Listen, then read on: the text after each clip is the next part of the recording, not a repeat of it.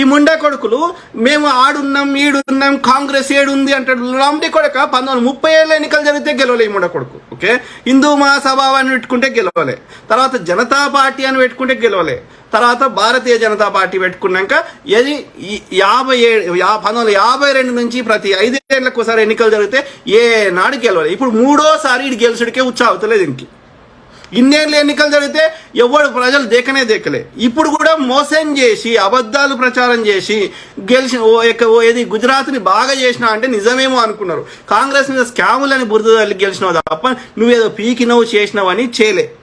It was BJP mukt Bharat, it will be BJP mukt Bharat. అర్థమైందా ముండా కొడుకులారా? దమ్ము ఉంటే చర్చకు రండి. ఏ అంశం మీద అయినా ఫేక్ ప్రచారం చేసుడు ఫాల్స్ ప్రాపగండా కాదు.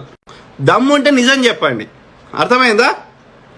అంటే మీరు దయచేసి ఎడ్డినా కొడుకు లేదు ఎక్కువన్నారా, లేకపోతే వాడు కేవలం ఈవీఎంలని రిప్లేస్ చేసి గెలుస్తుండా? చూడండి, మీరు బీజేపీ ఉంది అంటారు కదా, మొత్తం 28 రాష్ట్రాలు తీయండి. ఏది 14 రాష్ట్రాలు ఇప్పటికీ బీజేపీ లేదు. ఓకే, అసలే లేదు. బీజేపీని వ్యతిరేకించే పార్టీలోనే కానీ బీజేపీ లేదు 14 రాష్ట్రాలు. మిగిలిన 14 రాష్ట్రాల్లో ఏది 6 నుంచి 8 రాష్ట్రాల్లో కాంగ్రెస్ ప్రభుత్వాన్ని గులగొట్టాడు. అర్థమైందా? తీసేయి 14 తీసేయి, 20 వీక్ని 20 వీక్కి 8 ఉన్నాయి. 8 రాష్ట్రాల్లో బీజేపీ 8 రాష్ట్రాల్లో 2 రాష్ట్రాల్లో ఏది పొత్తులో ఉంది. అంటే అక్కడ ఏది దీనికి 2 సీట్లు వచ్చినాయి. మొన్న ఎంత మేఘాలయలో ఎన్ని వచ్చినాయి? 2 సీట్లు వచ్చినాయి బీజేపీకి. అర్థమైందా? సో దాన్ని బట్టి అర్థం చేసుకోండి. సో ఆ విధంగా మిగిలిన 2 రాష్ట్రాల్లో పొత్తులో భాగంగా ఉన్నది, కానీ అక్కడ ఇది మెయిన్ కాదు, అక్కడ లోకల్ పార్టీలే. సో అంటే ఆడ కూడా పెద్దగా లేదు బీజేపీ. ఇక 6 రాష్ట్రాల్లో ఎట్లా గెలిచింది? యూపీలా, ఓకే, గుజరాత్లా చూసినాం కదా. యూపీలో బుల్డోజర్ గుద్దు చంపుతామని బెదిరించారు. 60 లక్షల ఈవీఎంలు జపాన్ కంపెనీకి ఆర్డర్ ఇచ్చారు. అందులో 20 లక్షల ఈవీఎంలు మాత్రమే ఎలక్షన్ కమిషన్ ఆఫ్ ఇండియాకి అప్పచెప్పారు. మిగతా 40 లక్షల ఈవీఎంలు వీళ్ళ జేబులో పెట్టుకొని ఎక్కడెక్కడైతే డబుల్ ఇంజిన్ ఉన్న రాష్ట్రాల్లో 1000-2000 ఓట్ల తేడా ఉన్న దగ్గర ఈవీఎంలు రిప్లేస్ చేస్తున్నారు. అట్లనే అక్కడ బుల్డోజర్ గుద్దు చంపుతా అంటున్నారు. అట్లనే ఎంఐఎం తోటి పోటీ చేపిస్తున్నారు. ఓట్లు ఈ యొక్క అనేక పార్టీలతో అనేక ఇండిపెండెంట్లతో పోటీ చేయించి ఓట్లు చీలుస్తున్నారు. గిట్లా చేసి ఒక 5-6 రాష్ట్రాల్లో అడ్డదారులకు గెలుస్తున్నారు. అంటే బీజేపీ ఏడపాడైంది? బీజేపీ అప్పుడు లేదు, ఇప్పుడు లేదు, మళ్ళా భూస్థాపి దాన్ని ఒకటితే ఇక్కడ. అర్థమైందా? నేను రాసుకున్నాను. నేను ఒక ఎన్ని రాష్ట్రాలు ఉన్నాయి బీజేపీ?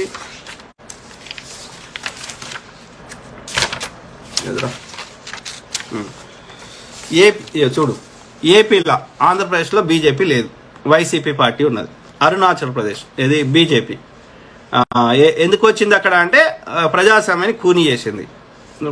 ప్రజలు అక్కడ అరుణాచల్ ప్రదేశ్లో కాంగ్రెస్ని ఎన్నుకుంటే అక్కడ ఎమ్మెల్యేలను అలా వందికు కొనుక్కున్నాడు, మార్చుకున్నాడు, బెదిరించి 2 చేస్తాడు. అయితే పైసలన్నీ ఇచ్చి కొనుక్కుంటాడు, లేదు అంటే అక్కడ ఉన్న వాళ్ళని యొక్క సిబిఐ ఈడీ అని బెదిరిస్తాడు. ఓకే, సో ఆ విధంగా ఇది అరుణాచల్ ప్రదేశ్లో బీజేపీ ఉంది. అస్సాంలో మళ్ళీ ఆడ కాంగ్రెస్ ప్రభుత్వాన్ని కూల్చిండు, ఆడ బీజేపీ ఉంది.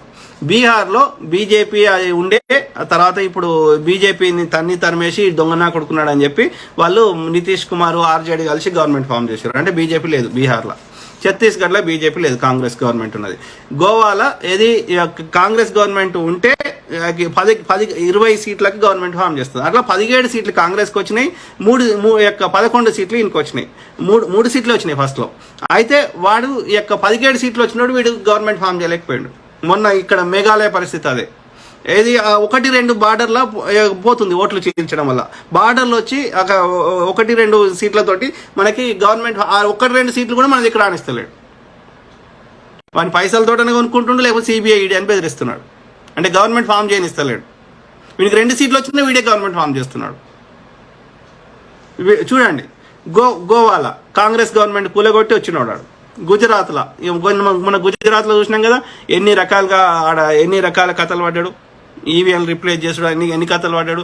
ఆయనను అరెస్ట్ చేసి లోపల వారేసిండు. ఓకే, ఇది హర్యానా బీజేపీ. హిమాచల్ ప్రదేశ్ మొన్ననే చూసినాం కదా, హిమాచల్ ప్రదేశ్లో బీజేపీ లేదు, బీజేపీని తన్ని ధర్మేసి కాంగ్రెస్ ఉంది.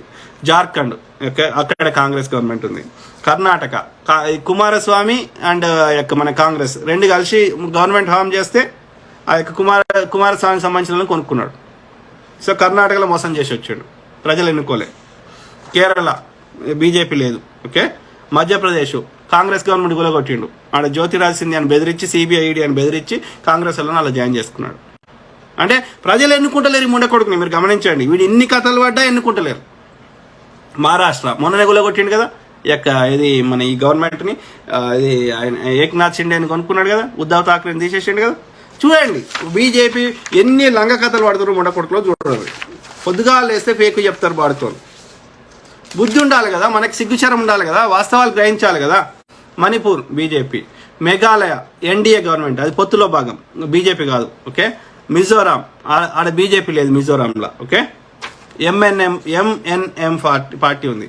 నాగాలాండ్ పొత్తులో భాగమే, బీజేపీ లేదు. ఓకే, తర్వాత ఒడిస్సాలో బీజేపీ లేదు, పంజాబ్లో బీజేపీ లేదు, రాజస్థాన్లో కాంగ్రెస్ గవర్నమెంట్, సిక్కింలో బీజేపీ లేదు, ఎస్కేఎం పార్టీ ఉంది. ఓకే, తమిళనాడులో బీజేపీ లేదు, తెలంగాణలో బీజేపీ లేదు, త్రిపురలో మొన్న బార్డర్లో వచ్చింది. తర్వాత యూపీ, అది యూపీ గురించి మీకు తెలుసు కదా మొన్న ఎన్నికలని. తర్వాత ఉత్తరాఖండ్, ఓకే, అది కూడా చాలా బార్డర్లో వచ్చింది. గెలిచిన బీజేపీకి 42% ఓట్లు వస్తే ఓడిపోయిన కాంగ్రెస్ 39% ఓట్లు వచ్చినాయి. ఆ యొక్క రిమైనింగ్ పర్సెంటేజ్ ఓట్లు చీల్చి లేకపోతే ఈ యొక్క ఏది వెస్ట్ బెంగాల్ ఈ లంబడి కొడుకు పడిన కథలు లేవు. ఓకే, ఈ యొక్క ఇది రవీంద్రనాథ్ ఠాగూర్ వేషం వేసిండు, 10 విడతల ఎన్నికలు పెట్టిండు. తర్వాత ఆ యొక్క బంగ్లాదేశ్లో ఏదో కమ్యూనిటీ ఉంటే ఆ కమ్యూనిటీ పోయి వాళ్ళతోటి, ఆ గుడికి పోయి వాళ్ళతోటి చేసిండు. వాడికి ఎవడు మీటింగ్లు వస్తలేరని చెప్పి స్టేడియంలో మీటింగ్లు పెట్టి గుజరాత్ యూపీ నుంచి కార్యకర్తలు తెచ్చి హర హర మోడీ అనిపించుకున్నాడు. ఎన్ని కథలు పడ్డా వెస్ట్ బెంగాల్లో రాలే. అర్థమైందా? ఇక ఏడపాడేంటి బీజేపీ, ఇన్ని రాష్ట్రాల పేరు చెప్పిన. ఓకే, ఎవడు దేక్తలేడు. వాడు ఇక ఈ ముండకొడుకు ఈ ఎంఐఎంని తీసుకుపోయి ఈడ హిందువులను తిట్టిపోయంగానే ఈడ ముస్లిం యొక్క సెక్యులర్ హిందువుల ఓట్లు, సెక్యులర్ ముస్లింల ఓట్లు కాంగ్రెస్ వాడకుండా చేస్తున్నాడు. అది చేస్తున్నాడు. లేదు అంటే అనేక మందిని పోటీ చేపించి ఓట్లు గెలుస్తున్నాడు. లేదు అంటే ఈవీఎం రిప్లేస్ చేస్తున్నాడు. లేదు అంటే ఈ మత విద్వేషాలు రెచ్చగొడుతుండు, హిజాబ్ లాంటి గొడవలు చేస్తున్నాడు. లేదంటే రాహుల్ గాంధీ పప్పు అని బురదలుతున్నాడు, స్కామ్ కాంగ్రెస్ అంటున్నాడు, నెహ్రూగా ఎప్పుడో చచ్చిపోయి నెహ్రూ గారి మీద బురదలుతున్నాడు. వాడు ఏం చేసిండో సచిన చెప్పడు. పక్కోని మీద బురదలుడు, లేకపోతే ప్రతిపక్షాల దగ్గర పైసలు లేకుండా చేయడం. మరి ప్రతిపక్షాలు 50 ఏళ్ళు ఏలిన దోసుకున్నాడు వాడు, స్కాములు చేసినవాడు అయితే 50 ఏళ్ళు 70 ఏళ్ళు ఏలిన భారతదేశాన్ని ఏలిన కాంగ్రెస్ దగ్గర 5 పైసలు ఎట్లుండయి. మీరు చూడండి, గాంధీ భవన్ కోండి, నేనేమన్నా అవద్దని చెప్తే మీరు గాంధీ భవన్ కోండి, బీజేపీ ఆఫీస్కి వెళ్ళుకోండి. బీజేపీ ఆఫీస్లో ఎందుకు అది టీసీఎస్ విప్రో లెక్క పెద్ద కార్పొరేట్ ఆఫీస్ ఉంటాయి. గాంధీ భవన్ అప్పుడు ఎట్లా వచ్చిందో ఇప్పుడు అట్లా ఎందుకు వచ్చింది. గాంధీ భవన్లో 2 టేబుల్ తప్ప ఏముండదు. అదే బీజేపీ ఆఫీస్లో కంప్యూటర్లు ఉంటాయి. ఎందుకు ఉంటాయి మీరు చెప్పండి.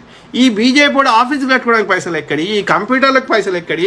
అలా ఇంటికాడ కూర్చుండి వాడు ఫేక్ ప్రచారం చేస్తే, ఫేక్ ఎడిట్ చేస్తే, ఫ్రెండ్ గ్రూప్లలో సోషల్ మీడియాలో ఫేక్ చెప్తే, ఎడిట్ చేసి చెప్తే వానికి 30,000 రూపాయలు జీతం ఇస్తారంట. వాని ఆఫీస్కి పోయి వాని ఫోటోషాప్ నేర్చుకొని, వాని వీడియో ఎడిటింగ్ నేర్చుకొని, వాని ఆఫీస్కి పోయి అక్కడి నుంచి అది చేస్తే ₹1,00,000 ఇస్తారంట నెలకు జీతం. అంటే చెడగొట్టడానికి, నాశనం చేయడానికి, మన చెడు ప్రచారం చేయడానికి వాడు పైసలు ఇచ్చి చేసుకుంటున్నాడు. మరి ఇంతమందికి జీతం ఇవ్వడానికి ఈ బీజేపీ ఐటీ సెల్కి పైసలు ఎక్కడి చెప్పండి. ఇలా మహారాష్ట్రలో ఉన్న ఎమ్మెల్యేలని అస్సాంలో పోయి దాచిపెట్టి రోజుకి 2 కోట్లు ఖర్చు పెట్టి ఒక్కొక్క ఎమ్మెల్యేకి 50 నుంచి 100 కోట్లు ఇవ్వడానికి పైసలు ఎక్కడి. బీజేపీ నీతిమంతులు కదా, చెప్పండి కదా.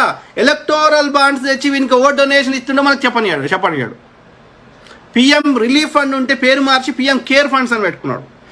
ఏందిరా మరి అది ఏం కథరా అంటే అది ఎన్జిఓ అంటాడు, అది నాన్ ప్రాఫిట్ ఆర్గనైజేషన్ అంటాడు. చెప్పడంట వాడు. దానికి మరి మోడీ ఫౌండేషన్ అని పెట్టుకోవచ్చు కదరా, పిఎం కేర్ ఫండ్స్ ఎందుకు పెట్టుకున్నారా అంటే చెప్పాడు. గతంలో కాంగ్రెస్ ఉన్నప్పుడు, మన్మోహన్ సింగ్ గారు ఉన్నప్పుడు పిఎం రిలీఫ్ ఫండ్ ఉండే, అది ఆర్టీఐ కింద వచ్చేది. దానికి ఎవడు పైసలు ఇచ్చిండు, ఆ పైసలు ఏడ ఖర్చు పెట్టినాం అంత పబ్లిక్ తెలిసేది. ఇలా 60,000 కోట్ల నుంచి 1,00,000 కోట్లు ఉన్నాయి. 1,00,000 కోట్లు ఉన్నాయి అందులో PM relief fund, PM care funds కింద. ఆ 1,00,000 కోట్లు ఎవడిచ్చిండు చెప్పడంట, అవి ఏడ ఖర్చు పెడుతుండే చెప్పడంట. మరి సిబిఐ సంకనాక్తుందా, సిబిఐ వండుకుందా? అదానికి దోషపెట్టినాయి చెప్పురా, ఇన్వెస్టిగేషన్ చేయరా అంటే చేయడంట వాడు. చేయరు. మొత్తం కర్ణాటకలో 40% దోసుక తింటున్నారు. మొన్న దొరికిండాడు, దొరికితే అధికారులని బదిలీ చేసారు. అంటే నీకొచ్చే వరకేమో ఒక నీతి, పక్కోనికి నువ్వు చేసిన దానిలో 5 రూపాయలు లంచం తీసుకుంటే వాడు నేరస్తుడు అంటున్నావు. గట్ల లెక్క పెడితే అందరు లోపలనే ఉంటారు. ట్రాఫిక్ కానిస్టేబుల్ లోపలనే ఉంటాడు, ఎంఆర్ఓ లోపలనే ఉంటాడు, తహసీల్దార్ లోపలనే ఉంటాడు, అందరు లోపలనే ఉంటారు, వాడు బయట ఉంటాడు. 5 రూపాయలు 3 రూపాయలు కూడా వాడు తినొద్దు అంటే ఎందుకుంటారా? నువ్వేమో గుళ్ళో ఉన్న లింగాన్ని గర్భగుడితో సహా దోసుకుంటావంట, 3 తరాల సంపద దోసుకుంటావంట. వాడేమో 5 రూపాయలు 10 రూపాయలు తినొద్దంట.